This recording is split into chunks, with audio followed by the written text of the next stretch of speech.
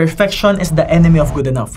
Ang nagiging common errors ng mga negosyante or mga aspiring entrepreneurs, masyado na lang ino-overthink yung strategy pagdating sa content, pagdating sa marketing.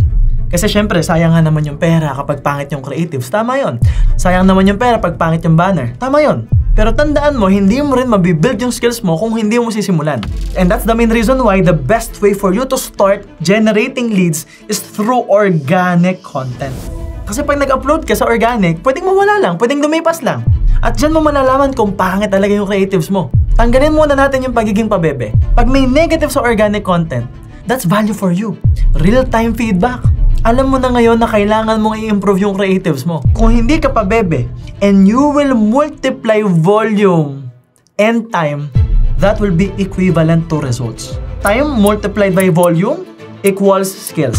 So, ibig sabihin, if you do things over and over, marami kang uploads, in a given time, mabibuild mo yung skills mo. It's like 3 content per day is 90 content per month. Sa 90 content, may isa dyan na puputok. May isa dyan na winning creatives. Yan yung pwede mo ngayon i-run through paid ads.